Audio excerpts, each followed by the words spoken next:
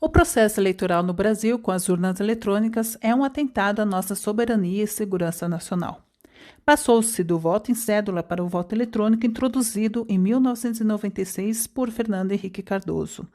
Isso sempre foi promovido como uma simplificação eficiente e segura, quando, na verdade, fragilizou e trouxe uma complexidade excessiva no processo eleitoral.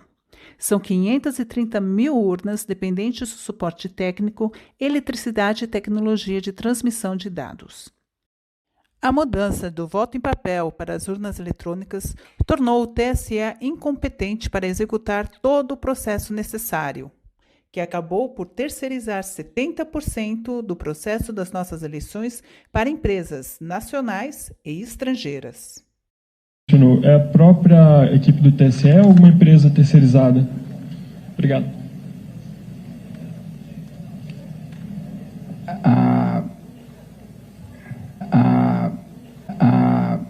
Não é propriamente uma terceira, é uma contratação de um serviço. Não é o Tribunal Superior Eleitoral quem conta os votos, é uma empresa terceirizada.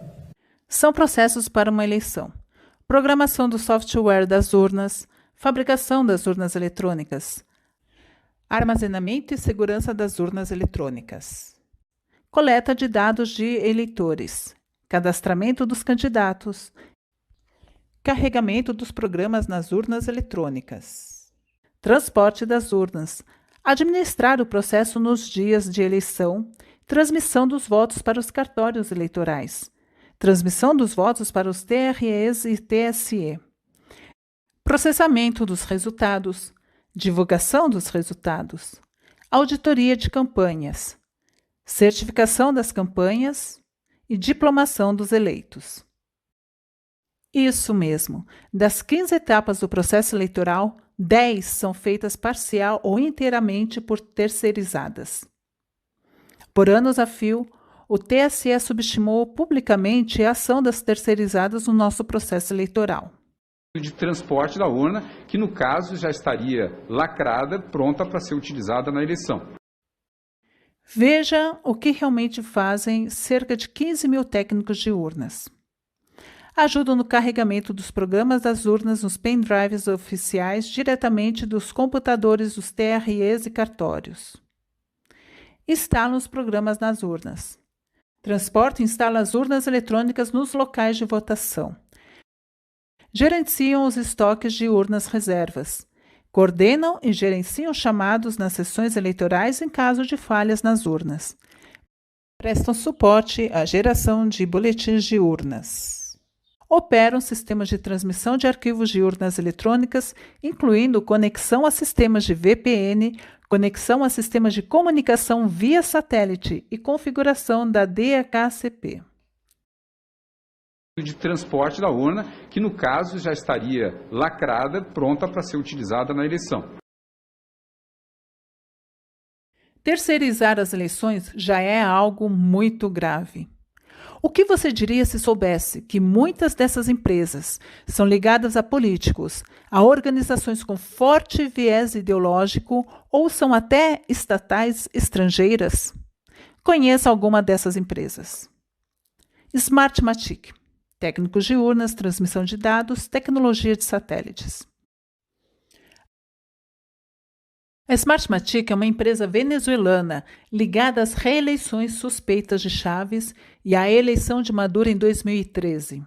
O sistema eleitoral mais perfeito do mundo. Foi comprada e presidida até recentemente por Sir Malloch Brown, presidente da Open Society Foundation de George Soros desde 2021. George Soros. George Soros, para quem não conhece, é um magnata que usa sua fortuna para modificar democracias no mundo inteiro com a agenda progressista, financiando ONGs a favor do desarmamento, aborto, ideologia de gêneros, identidade racial, imigração em massa e comprando entidades ligadas a processos eleitorais pelo mundo afora. Uma curiosidade é que Sir Malloch Brown diz ter criado a estratégia de influenciar campanhas utilizando-se de falsas pesquisas eleitorais. ProBank, técnicos de urna, manutenção e programação. A Probank está ligada à falência fraudulenta na ordem de R$500 milhões, o que prejudicou a Receita Federal, trabalhadores e credores. Engitec, técnicos de urna e transmissão de dados. A Engitec é uma empresa de fachada para a Probank continuar no TSE. Transat, manutenção de urnas e transmissão de dados. É uma empresa de fachada para a Engitec continuar no TSE, depois de ter sido impossibilitada de continuar por ter sua ligação com a Probank denunciada. Positivo, fabricação de urnas. A Positivo é de propriedade de Oriovisto Guimarães, senador do Paraná pelo Podemos. Atlântica, técnicos de urna, transmissão de dados. Atlântica é propriedade de um ex-sócio em vários negócios do marido de Rosiana Sarney. Fechou contratos com o governo de Rosiana na ordem de R$50 milhões. Diebold, fabricação de urnas. A Diebold está ligada a fraudes eleitorais nos Estados Unidos, o que forçou a saída de 2 de seus presidentes e a venda da unidade de fabricação de urnas eletrônicas para a Dominion Systems. Havia o envolvimento do Marcos Valério. O Espírito Santo também chegou a citar que ele levou uma quantia exorbitante para dentro da empresa. E consegui identificar um dos fraudadores em ambiente da Diebold. Indra, técnicos de urnas, transmissão de dados, tecnologia de satélites. Indra Soluções é uma estatal espanhola acusada de servir de caixa 2 para os governos do PP e hoje está sob comando do governo do PSOE, Partido Socialista do Trabalhador Espanhol. O atual primeiro-ministro da Espanha, Pedro Sánchez, é apadrinhado por Soros e recebeu Lula, pré-candidato, em janeiro de 2022, como chefe de Estado. Combinou seguir diálogo com Lula a respeito de melhorias na legislação de ambos os países em 2023. Indra Soluções é suspeita de fraudar as 2 últimas eleições de Angola, foi acusada de corromper servidores do governo e de se apossar indevidamente de material de eleição. Houveram manifestações pedindo o afastamento da Indra do processo eleitoral. Também é acusada de fraude na eleição de Petro, na Colômbia.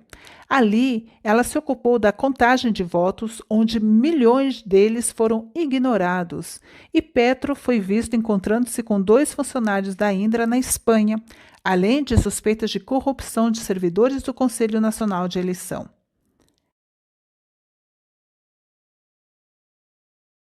Ao longo de 25 anos de urnas eletrônicas, o TSE, que deveria assegurar a independência e idoneidade do nosso pleito eleitoral, tem entregue nossas eleições nas mãos de terceirizadas suspeitas.